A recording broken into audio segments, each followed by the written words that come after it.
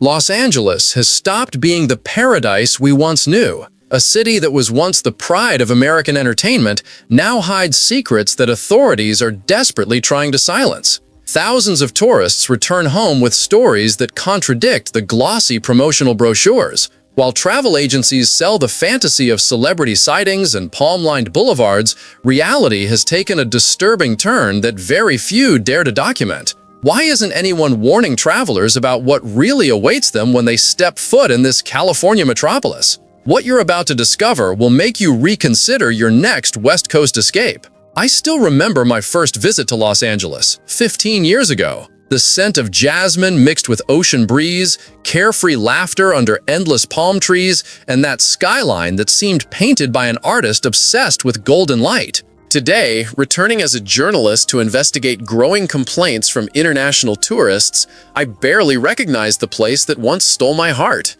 The deterioration began gradually, almost imperceptible to first-time visitors. But for those of us who knew the true splendor of the City of Angels, the contrast is devastating.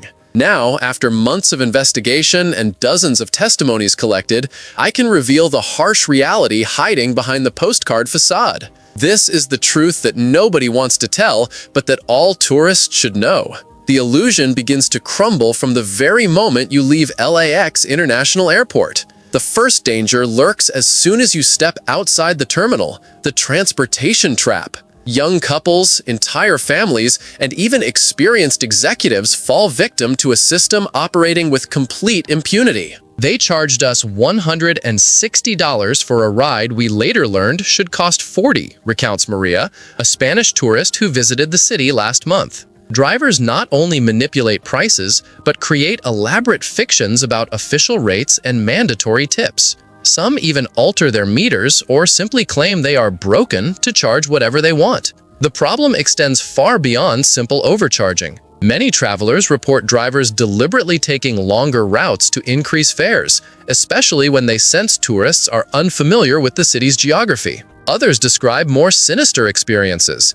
Drivers who work in tandem with criminals, delivering unsuspecting tourists to areas where they become easy targets for theft. Susan, a teacher from Minnesota, recalls how her driver suddenly pulled over in an unfamiliar neighborhood, claiming mechanical issues, only for two men to approach offering help while attempting to grab her luggage. Local authorities know this situation perfectly well. However, the official response is always limited to generic recommendations. Use official transportation, or agree on the price before getting in. What they don't mention is the tacit agreement between operators and certain officials that allows this network of deception to continue functioning. Even worse, some drivers who denounced these practices mysteriously surrendered their licenses days later. The message is clear: no one should disrupt this lucrative system. But the real ordeal only begins when you reach Hollywood Boulevard, where the second danger awaits: predatory tourism. These establishments have perfected the art of the tourist trap.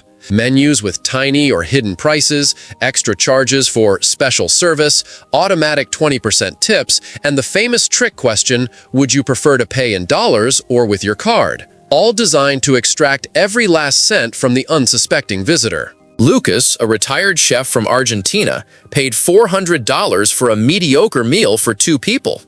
When I asked for the bill, it included 3 drinks we never ordered and a service charge of 22%, he explains, still indignant. When I complained, the manager subtly suggested there could be problems if I didn't pay as stipulated. This veiled intimidation is part of a pattern that repeats in multiple establishments throughout the tourist area. The tactics have become increasingly sophisticated. Some restaurants offer celebrity discount cards that actually add hidden fees. Others feature special menu items supposedly prepared with ingredients flown in that morning, justifying astronomical prices for ordinary dishes. The most insidious trend is what locals call the celeb bait. Restaurants promising sightings of famous actors who never materialize. But by then, tourists have already ordered overpriced cocktails and appetizers while waiting. The sad truth is that while Los Angeles continues to promote itself as an accessible destination, its prices have reached scandalous levels without quality accompanying this inflation. A recent study by the International Tourism Association placed Los Angeles as the destination with the greatest price-quality disproportion in the United States, even surpassing exclusive areas of New York or Miami. What makes this particularly troubling is how it disproportionately affects middle-class tourists who budget carefully for what should be once-in-a-lifetime experiences, only to find themselves financially compromised after just a few days. If you manage to survive the economic scams, you'll face the third danger, perhaps the most unpleasant: invisible pollution. A decade ago, no one would have imagined that smog would become the nightmare of Los Angeles skies. This brown haze not only ruins the aesthetics of the cityscape, but releases toxic gases like nitrogen dioxide and particulate matter. What began as a temporary inconvenience has become a permanent crisis that authorities have been unable to resolve. We booked 7 days in a luxury hotel specifically for its views, but we couldn't see the Hollywood sign a single day, says David, a Canadian tourist. The air quality was unbearable, and the brown stains extended as far as the eye could see. Meanwhile, hotels continue using digitally edited images in their promotions, showing crystal-clear views that no longer exist. Medical professionals in the area report a troubling trend: tourists seeking emergency care for unexpected respiratory issues. Dr. Amelia Chang, a pulmonologist at Cedars-Sinai Medical Center, notes a 30% increase in cases of acute respiratory distress among visitors, particularly during summer months when pollution levels peak. Many visitors, especially from cleaner environments, experience significant respiratory stress that they're not prepared for, she explains. Asthmatics are particularly vulnerable, but even perfectly healthy individuals can develop concerning symptoms after just a few days of exposure. The effects go beyond tourist disappointment. Scientific studies have confirmed that prolonged exposure to these gases can cause respiratory problems, eye irritation, and nausea. However, no tourist brochure mentions these risks, and authorities constantly minimize the real impact of the problem. The truth is that some days have become practically unbearable, with air quality levels reaching hazardous status during heat waves. What's most disturbing is how this pollution disproportionately affects different parts of the city. While wealthy areas like Beverly Hills and Malibu benefit from ocean breezes and higher elevations that partially disperse pollutants, tourists often find themselves in valley areas where toxic air becomes trapped. The world-famous Hollywood Walk of Fame sits in one of these pollution traps, where pedestrians unknowingly breathe some of the city's most contaminated air while waiting to photograph their favorite star's commemorative plaque. The fourth danger lurks silently beneath the surface: water insecurity. The population and tourism explosion in Los Angeles has exerted unsustainable pressure on California's water resources. The region's decades-long drought, one of the most extensive and severe in recent history, now threatens the city's basic infrastructure. What makes this situation especially serious is the unique geology of the region. Southern California depends on imported water from hundreds of miles away. We're seeing alarming levels of water insecurity that could lead to more severe restrictions, warns Elena Martinez, an environmental scientist who has spent a decade monitoring these ecosystems. Some neighborhoods already experience planned water outages during peak drought periods. The water crisis manifests in unexpected ways for tourists. Several visitors report hotels discreetly limiting shower times, with hot water mysteriously running out after just a few minutes. Others mention receiving notes asking them to reuse towels and linens, ostensibly for environmental reasons, though hotel staff privately admit it's primarily a water conservation measure. More concerning are the documented cases of waterborne contaminants found in tap water at certain establishments, residual effects of aging infrastructure strained beyond its capacity. The consequences for health and comfort are potentially devastating. From uncomfortable showers to restaurants serving drinks without ice, the risks increase each season. However, tourism continues operating without adequate warnings or restrictions. Most tour guides don't even know how to identify water conservation efforts, says Martinez. They bring families with small children to hotels with massive pool complexes that waste thousands of gallons daily. Adding to this complexity is what Martinez calls the tourist bubble effect. Visitors to high-end establishments often remain completely unaware of the water crisis, as luxury properties maintain lush landscapes, decorative fountains, and unlimited pool access through private water rights and expensive recycling systems. Meanwhile, just a few miles away, residents face strict rationing and deteriorating water quality. This stark contrast creates a dangerously false impression for tourists, who return home with no understanding of the environmental catastrophe unfolding around their vacation paradise. The fifth danger is equally invisible, but potentially more lethal: the growth of organized crime.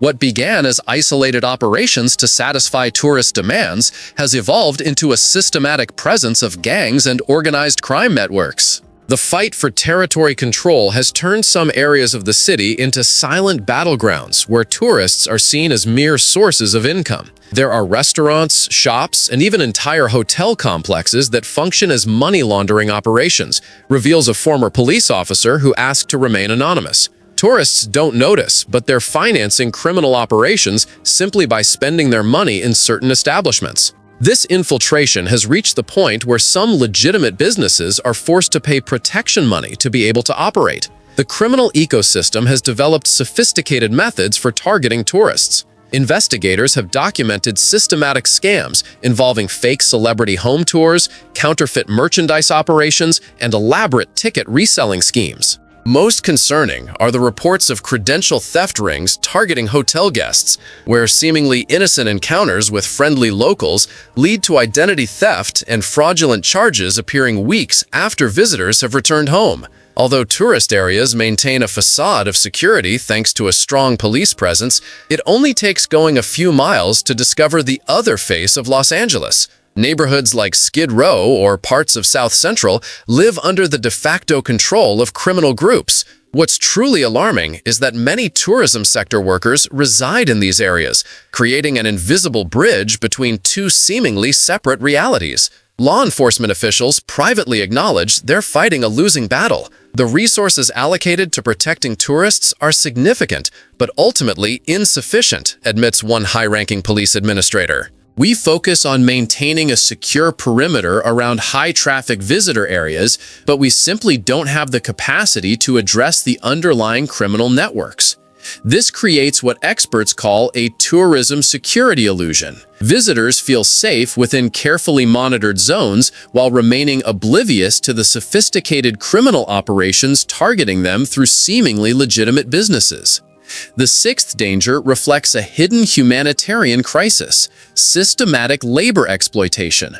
Behind every service smile in five-star hotels frequently hides a reality of precariousness. Housekeepers, cooks, gardeners, and maintenance staff work exhausting shifts for wages that barely allow them to survive in a city with tourism-inflated costs. Juana worked for 8 years as a housekeeper in a renowned international resort.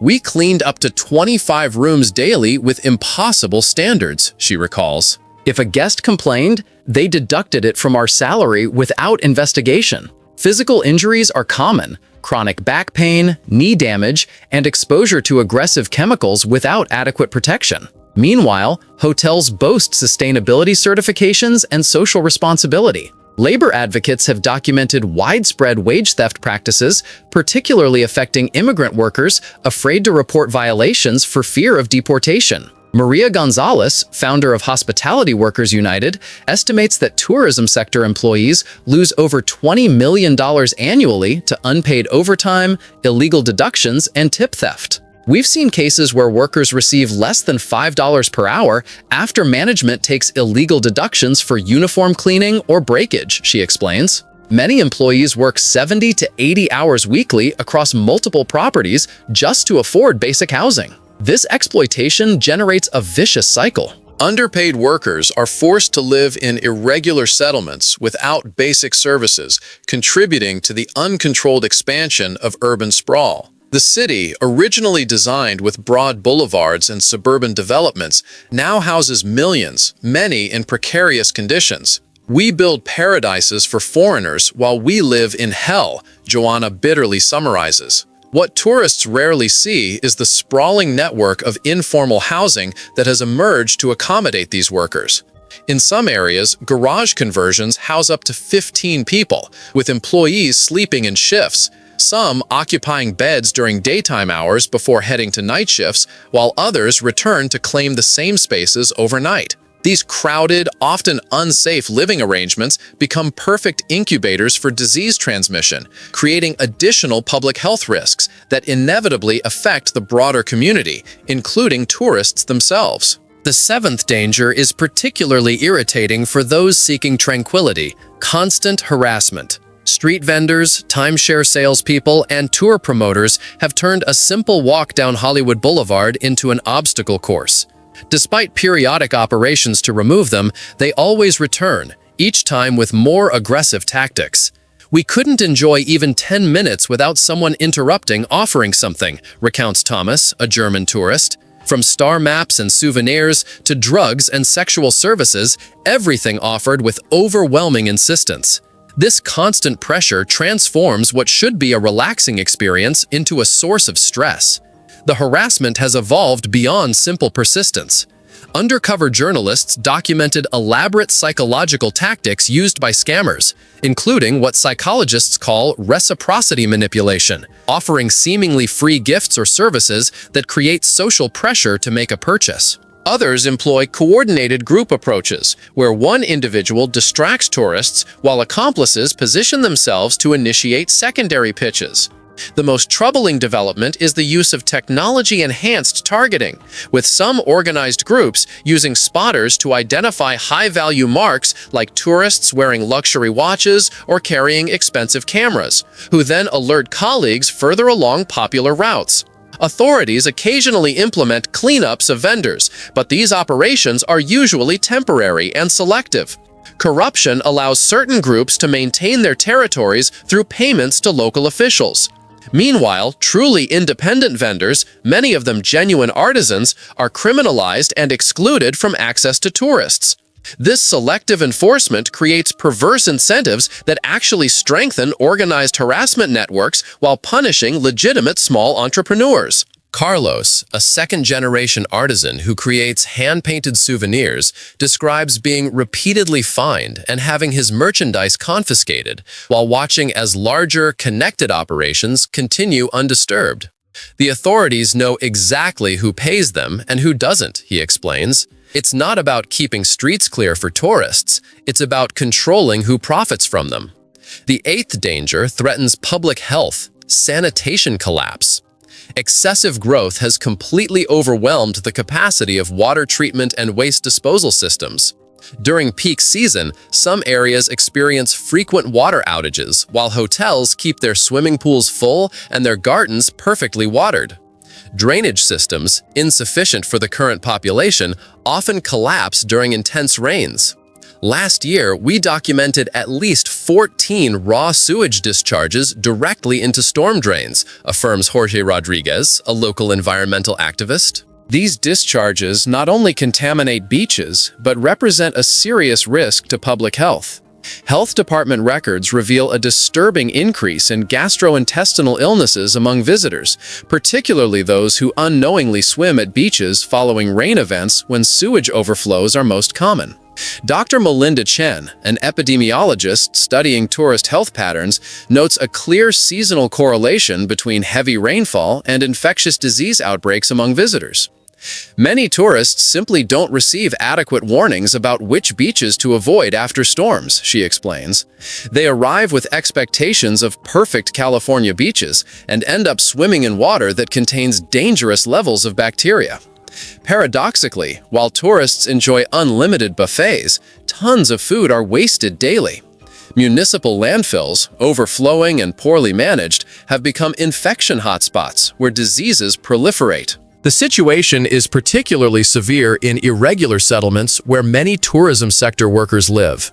The contrast between tourist zones and surrounding neighborhoods creates a public health paradox. Visitors experience immaculately maintained spaces within their hotels and entertainment venues while remaining unaware of deteriorating conditions just beyond. Health inspectors confirmed that many establishments maintain pristine front-of-house operations while their back-end waste management practices contribute significantly to the broader sanitation crisis. This creates a dangerous illusion of cleanliness that masks systemic failures, threatening both residents and visitors alike. The ninth danger could be the most devastating in the long term: irreversible environmental destruction. Rampant construction has destroyed more than 80% of the original natural landscapes, vital ecosystems that functioned as natural habitat for countless species. Local biodiversity has suffered a collapse from which it may never recover. The canyons and hillsides, once vibrant and full of life, show alarming signs of degradation and fire risk. We take tourists to increasingly distant points to find healthy natural landscapes, explains Roberto, a hiking guide with 2 decades of experience. Sites that were spectacular 10 years ago are now practically destroyed. Overdevelopment, pollution, and climate change form a perfect storm that is devastating these ancient ecosystems. Environmental scientists have documented substantial losses in native species populations throughout the region. Dr. Camilla Winters, a conservation biologist at UCLA, has spent 15 years tracking wildlife decline around the Los Angeles basin. We've recorded a 70% reduction in native bird diversity within popular tourist hiking areas, she reports. Most visitors have no idea they're experiencing a severely impoverished version of California's natural heritage. This ecological collapse extends to marine environments as well, where coral bleaching, toxic algae blooms, and plastic pollution have transformed once pristine coastal ecosystems into what one marine biologist described as underwater deserts punctuated by garbage reefs. Meanwhile, authorities continue approving new luxury developments without considering the ecosystem's carrying capacity. In 2024 alone, more than 25,000 new luxury housing units were authorized, completely ignoring warnings from scientists and environmental organizations. The priority continues to be short-term economic growth, regardless of the long-term ecological cost. Climate change has accelerated these environmental pressures to critical levels. Los Angeles now regularly experiences unprecedented heat waves, with temperatures in some inland tourist areas reaching dangerous highs. Several popular hiking trails have become what climatologists call death zones during summer months, with surface temperatures exceeding 120 degrees. Yet, tour companies continue marketing these experiences year-round, often without adequate warnings or safety protocols. Multiple tourists require emergency evacuation each summer after underestimating the extreme conditions, taxing already strained emergency response systems. The 10th and final danger might be the most disturbing: the collapse of the Los Angeles dream. What began as an ambitious project to create a paradise of opportunity has become a nightmare of uncontrolled development. The gap between ultra-exclusive Beverly Hills and marginalized neighborhoods grows every day, creating social tensions threatening to explode.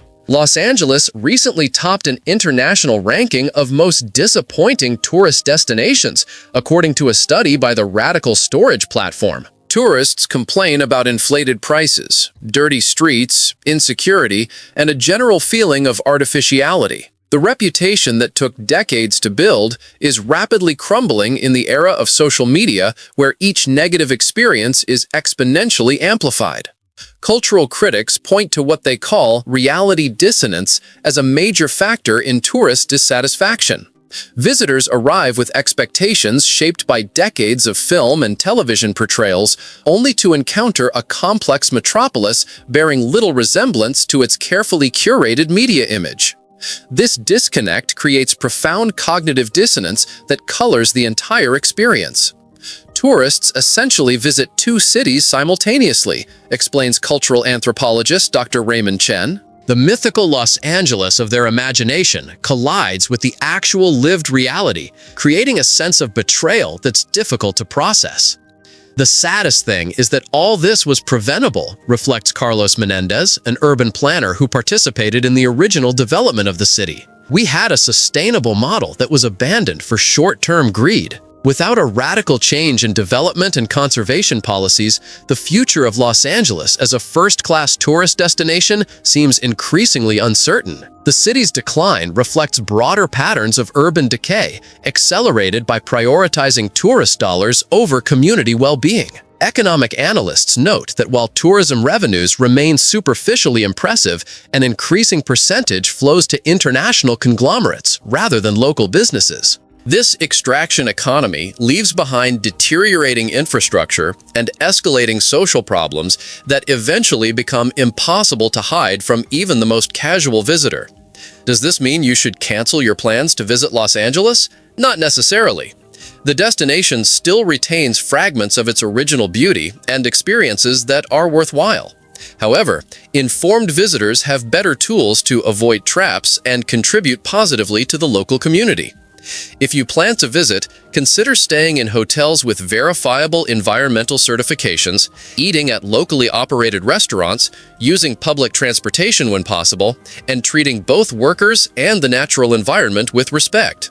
Small, conscious decisions can make a big difference. Many Angelenos are working tirelessly to reclaim their city's future. Community-based tourism initiatives have emerged in neighborhoods previously excluded from visitor dollars, offering authentic experiences that benefit local residents directly. Environmental restoration projects welcome tourist volunteers to participate in meaningful conservation work. Worker-owned cooperatives provide alternatives to exploitative mainstream tourism services. Supporting these efforts not only enhances your experience, but contributes to positive transformation. The story of Los Angeles doesn't have to end in tragedy.